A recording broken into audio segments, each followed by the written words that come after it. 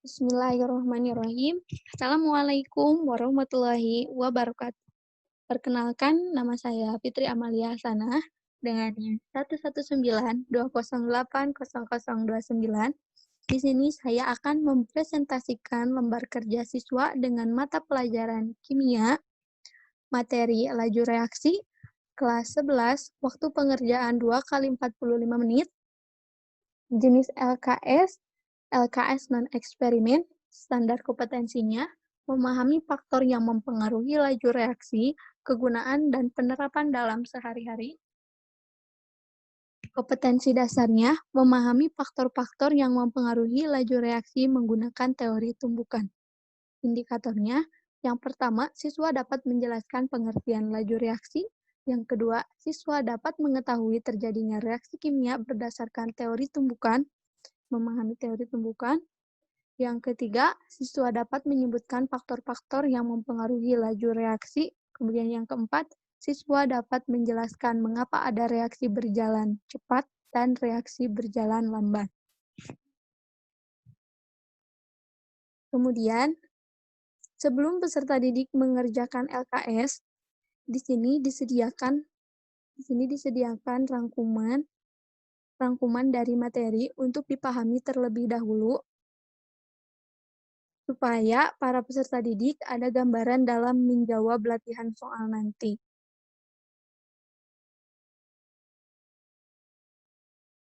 Nah, setelah itu untuk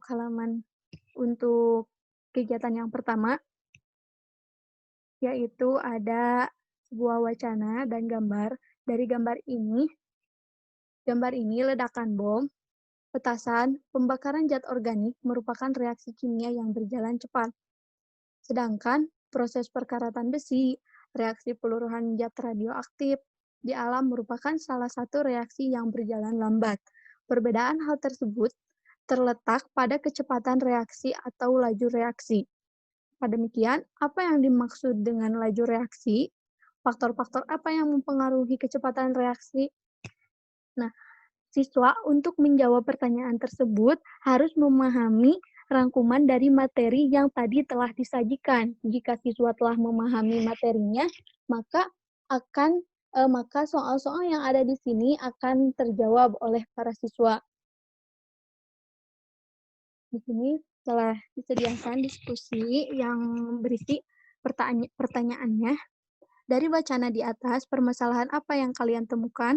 Kemudian yang kedua, dalam masalah yang kamu identifikasi, apa hubungannya dengan laju reaksi? Kemudian yang ketiga, apa yang harus dilakukan agar reaksi berjalan lambat? Nah, kemudian yang kedua, yaitu ada mengurutkan tulisan atau scramble. Dengan petunjuk pelaksanaannya, jawablah pertanyaan dari nomor 1 sampai 10 dengan bantuan kotak di sebelah kanan, kemudian susunlah huruf acak tersebut menjadi jawaban yang benar. Lalu temukan kata itu di dalam kotak. Di dalam kotak bisa dari kiri ke kanan atau dari kanan ke kiri. Nah, soal ini bisa menjadi bantuan untuk menjawab huruf acak, kemudian huruf acak ini bisa disusun terlebih dahulu untuk menjadi acuan dalam mencari kata yang terdapat dalam kotak. Nah, setelah siswa mengetahui kata yang terdapat dalam kotak, bisa dituliskan kembali pada tabel ini, kemudian tuliskan kembali apa manfaat dari kata-kata tersebut.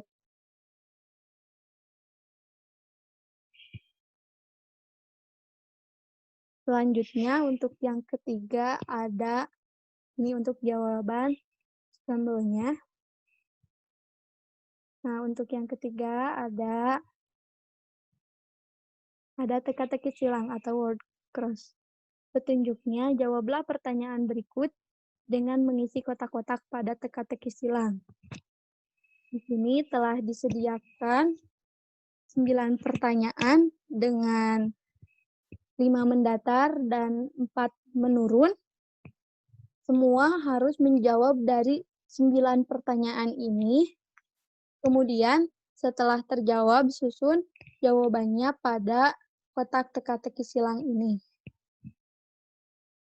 Dan ini ada jawaban dari teka-teki silang tersebut. Mungkin sekian dari saya. Mohon maaf bila ada kesalahan atau kekurangan. Wabillahi taufiq wal hidayah. Wassalamualaikum warahmatullahi wabarakatuh.